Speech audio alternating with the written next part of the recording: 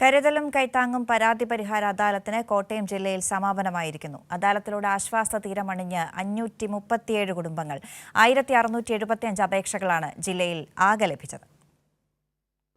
മന്ത്രിമാർ ജനങ്ങളുടെ പരാതി കേൾക്കാൻ നേരിട്ടെത്തിയപ്പോൾ 537 കുടുംബങ്ങൾക്കാണ് അത് ആശ്വാസമേകിയത്.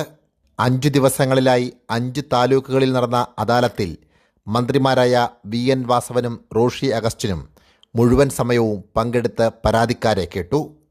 ജില്ലയിൽ മൊത്തം 1675 അപേക്ഷകളാണ് ലഭിച്ചത്. ഇതിൽ 537 എണ്ണത്തിന് അദാലത്തിൽ വെച്ചു തന്നെ പരിഹാരമുണ്ടാക്കി. ആകെ ഇവിടെ എത്തിയിട്ടുള്ള പരാതികൾ 1615 എണ്ണം. അതിൽ ഇപ്പോൾ 537 എണ്ണത്തിന് സ്ഥലത്ത് വെച്ച് തന്നെ തീർപ്പ് കൽപ്പിക്കാൻ കഴിഞ്ഞു.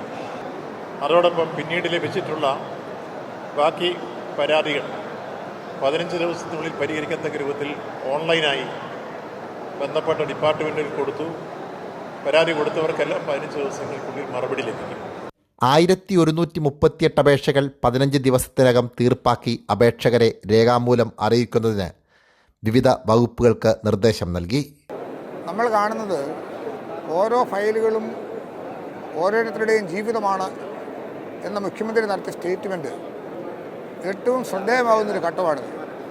നമ്മുടെ നാട്ടിൽ പലപ്പോഴും വലിയ തരത്തിലുള്ള ധാരാളം വികസന പ്രവർത്തനങ്ങൾ നടത്തുന്നതിന് നമ്മൾ തയ്യാറാകാറുണ്ട്.